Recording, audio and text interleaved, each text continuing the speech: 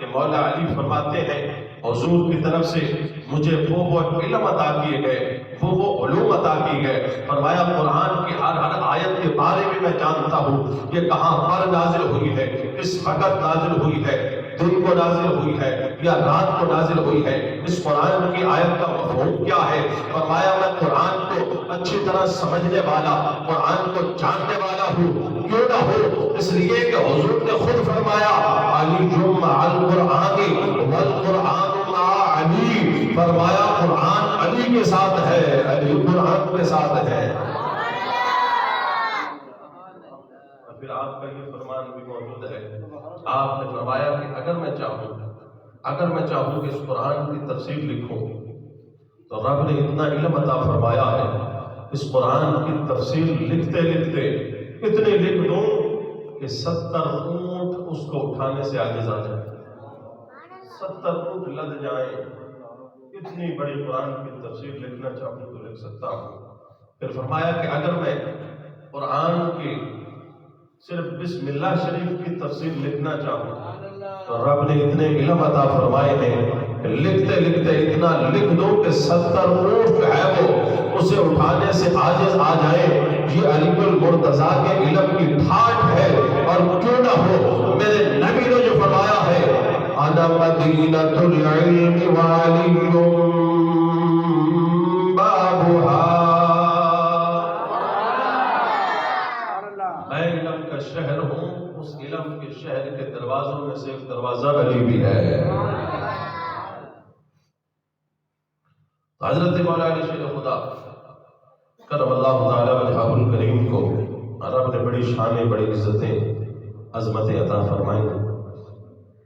حضرت مولا علی آپ کے بارے میں اللہ کے محبوب علیہ السلام جس وقت مکہ سے ہجرت فرما رہے تھے، مکہ سے ہجرت کرتے ہوئے حضور نے صدیق اکبر کو ساتھ لیا، ہجرت فرما گئے اور اپنے بستر پہ مولا علی کو لٹایا۔ حضور کا گھر مکے والوں کی امانتوں سے بھرا ہوا تھا۔ آپ نے فرمایا اے علی میرے اس بستر پہ لیٹ جاؤ، صبح مکے والوں کی امانتیں واپس کر کے تو مدینے آ جانا۔ تو علی المرتضیٰ آپ فرماتے ہیں کہ حضور جس رات ہجرت کے لیے روانہ ہوئے، کفار نے محاصرہ کیا ہوا تھا، میں حضور کے بستر پہ بڑی سکون کی نیند سویا۔ اور صوفیہ فرماتے ہیں کہ علی المرتضیٰ سے کسی نے پوچھا اے علی کوئی زندگی کی ایسی رات کہ جب بڑی سکون کی نیند آئی ہو؟ فرمایا کہ ہر رات ہی نیند آتی ہے، لیکن ہجرت والی رات جب رسول اللہ نے فرمایا اے علی میرا یہ بستر ہے، اس پر سو جاؤ، صبح اٹھ کر امانتیں واپس کر کے مدینے آ جانا، فرمایا وہ رات میری بڑی سکون کے ساتھ گزری، اس لیے کہ حضور نے مجھے اس بات کی تسلی دی اے علی صبح تو اٹھے گا، مکے والوں کو امانتیں واپس بھی کرے گا اور مدینے بھی آ جائے گا۔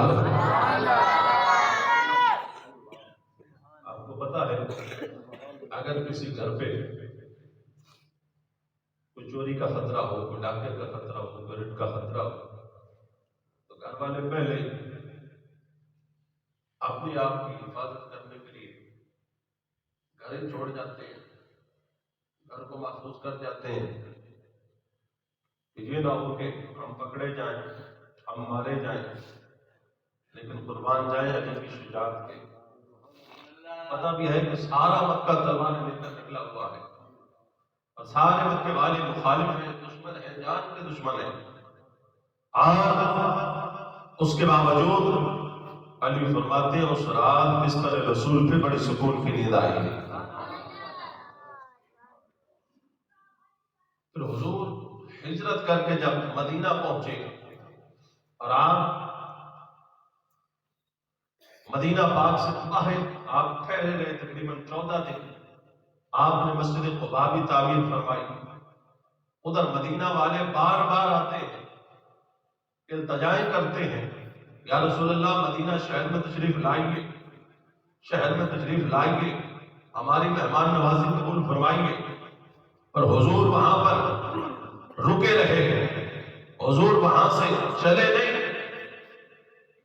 جس وقت مولا علی آ گئے، مولا علی کے آنے کے بعد حضور وہاں سے روانہ ہو کر مدینہ پاک میں جس وقت داخل ہوئے، عظمت اور شان یہ تھی کہ حضور کے ایک پاسے صدیق اکبر تھے تو دوسری طرف مولا علی تھے۔ اللہ اکبر۔ لجپال آقا نے پھر مسجد کا سنگ بنیاد رکھا، اور اس میں آپ نے پہلے بھی سنا کہ پہلا پتھر حضور نے خود رکھا، اس کا دوسرا پتھر حضرت صدیق اکبر نے رکھا، تیسرا پتھر فاروق اعظم نے رکھا، چوتھا پتھر عثمان غنی نے رکھا، تو پانچواں پتھر مولا علی نے رکھا۔ یہ مسجد نبوی کے سنگ بنیاد رکھی گئی۔ اور پھر حضرت علی المرتضیٰ شیر خدا رضی اللہ تعالیٰ عنہ آپ مدینہ پاک میں وہاں پہ رہتے رہے۔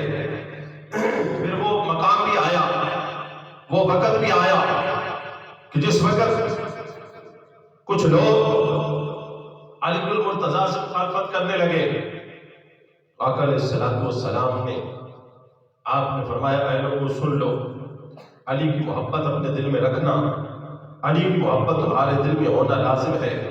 کیوں؟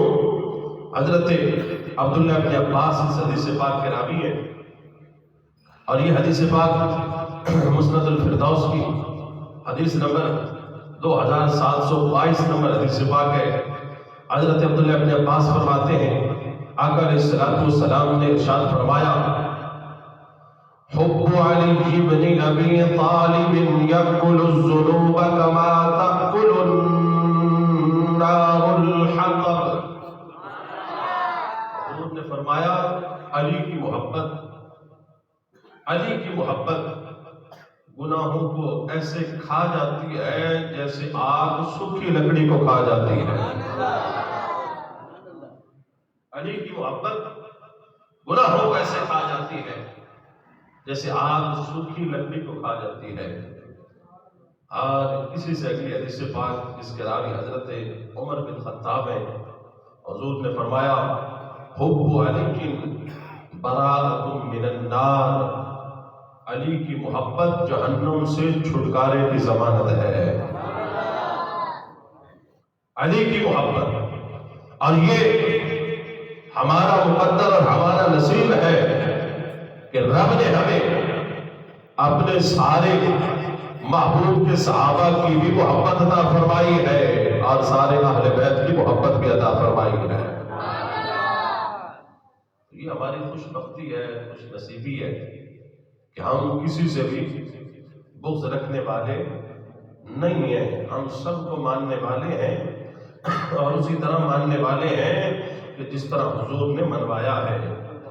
آئیے ایک اور حدیث پاک پڑھوں، وقت قریب ہے، میں اپنی بات کو اختتام کی طرف لاؤں۔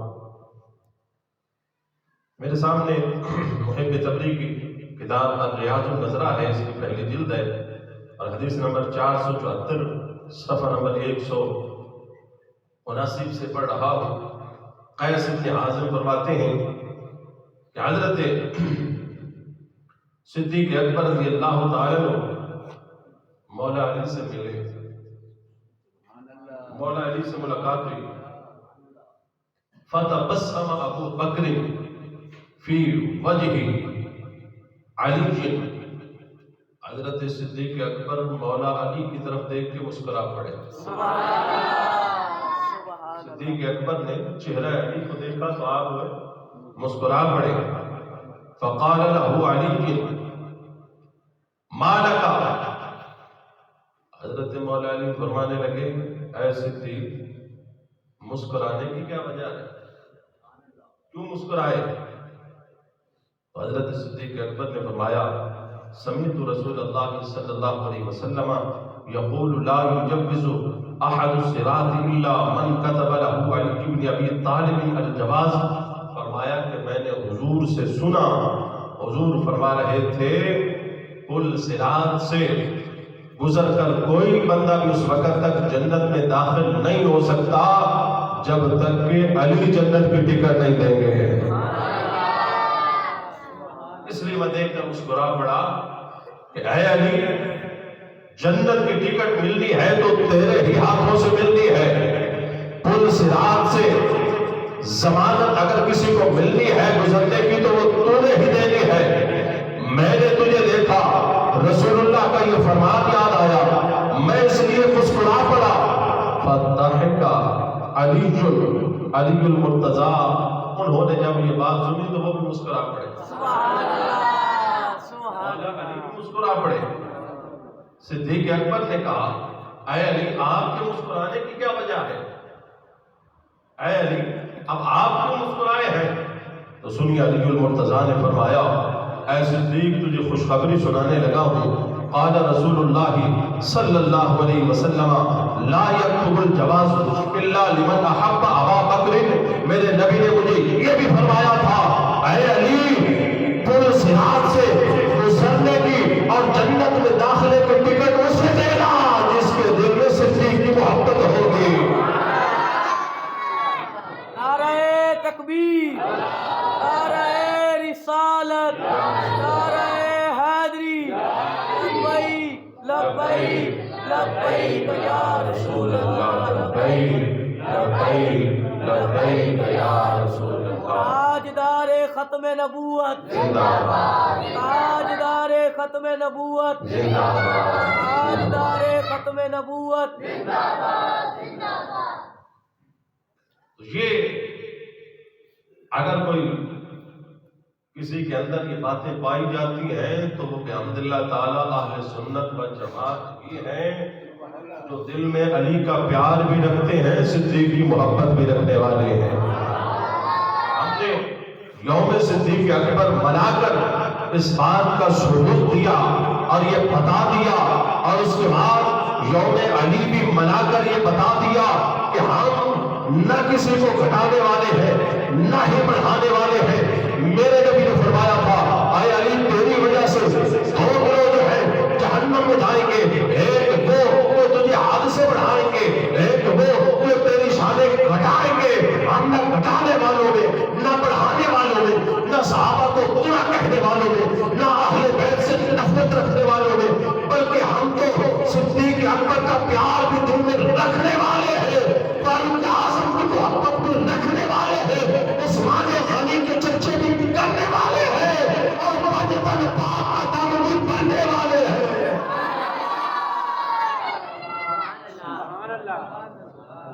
اعلیٰ حضرت نے فرمایا تھا اہل سنت کا ہے بیڑا پار، اصحاب حضور نجم ہے کہ ناؤ ہے عطرت رسول اللہ. تو یہ ہمیں اعزاز حاصل ہے اور ہم خوش قسمت ہیں اس حوالے سے. جیسے میں نے رات میں ایک روایت پڑھی تھی، چوتھا علی ہے ان میں، تین حضور نے نام نہیں بتائے تھے. فرمایا رب نے مجھے حکم دیا ہے اے محبوب ان چار سے محبت کرنا. علی پاک نے جب پوچھا تو فرمایا اے علی، ان میں تو بھی ہے، تو انہی چار میں سے ہے، تو انہی چار میں سے ہے. پر حضور نے باقی تین کے نام نہیں بتائے، باقی تین کے نام نہیں بتائے. تو میں نے پہلے بھی عرض کی تھی، اگر اس حدیث کو جب کوئی دوسرا پڑھتا ہے وہابی دیوبندی تو وہ کہتا ہے چوتھے علی ہے تو باقی تین، پہلا صدیق اکبر، دوسرے فاروق اعظم، تیسرے عثمان غنی اور چوتھے مولا علی ہے. اگر شیعہ پڑھتا ہے تو وہ کہتا ہے کہ چوتھے دیکھا علی کا نام لیا ہے، باقی تین وہ حسن ہے، حسین ہے، سیدہ فاطمہ الزہرا ہے. حضور نے فرمایا کہ ان سے رب نے مجھے محبت کرنے کا حکم دیا ہے. میں کہتا ہوں ارے تم ان باتوں میں پڑے ہو اور آؤ نہ کسی سنی کے پاس، کسی عام سے بندے کے پاس جا کر اسے کہو ایک علی ہے، باقی تین یہ ہے صدیق، فاروق اور عثمان غنی. اگر شیعہ آ کے کہے ایک علی ہے، باقی تین حسن، حسین اور فاطمہ الزہرا ہے، تو سننے کا سینہ اتنا کھلا ہے، سننے کھلے دل سے کہے گا ارے حدیث پاک میں 4 نام کا ذکر ہو، نبی کے پنجتن پاک کا ذکر ہو، سنی 4 کو ماننے والا ہے، پنجتن پاک کو ماننے والا ہے۔ نعرہ تکبیر، نعرہ رسالت، نعرہ توحید، نعرہ حیدری، لبیک لبیک لبیک یا رسول اللہ، لبیک لبیک لبیک یا رسول اللہ۔ تاجدار ختم نبوت، تاجدار ختم نبوت، تاجدار ختم نبوت۔ حسینی الفاظ کے ساتھ اپنی میں گفتگو کو ختم کرنا چاہتا ہوں کہ اے تن میرا چشمہ ہوے تے میں مرشد ویکھ نر جان لولو دے مٹ لکھ لکھ چشمہ ایک کھولا ایک جان روت نال اٹھیا مینوں صبر نہ آوے تے میں ہور کدے ول پجاں مرشد دا دیدار ہے باہو، مرشد دا دیدار ہے باہو، مینوں لکھ کروڑاں